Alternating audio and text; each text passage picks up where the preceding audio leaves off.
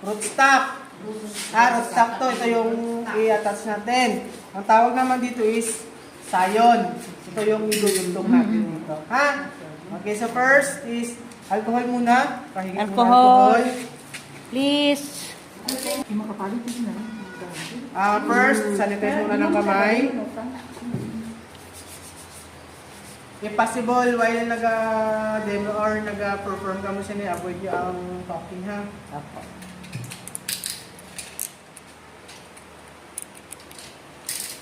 Then, cut dito. Yan. Kung may mga tawag nun, pruning shears kayo, pwede nyo gamitin.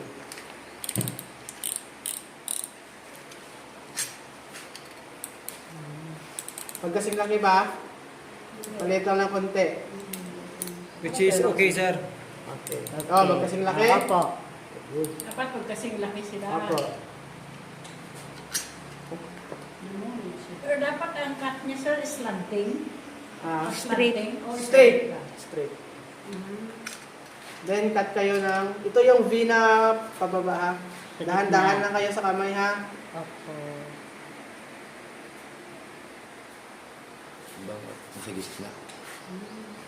Paano yan? Grafting. Pero yung... Then, Body. kayo muna lang sa gilid.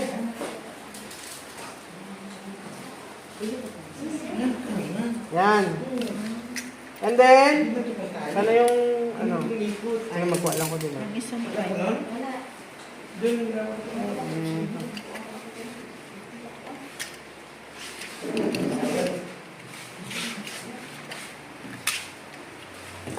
Ito na sila pinantay pang tali. Laki. Pwede. Ayun mo. Okay, sir. Saan napunta yung ate yan, Sisi? Sulo sa bag na katita.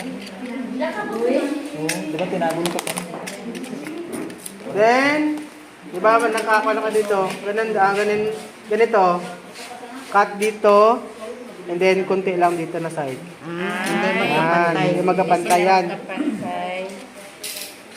Bakit, sir? Kasi ma'am, ang dito na side, ito yung talaga yung didikit sa mother plant.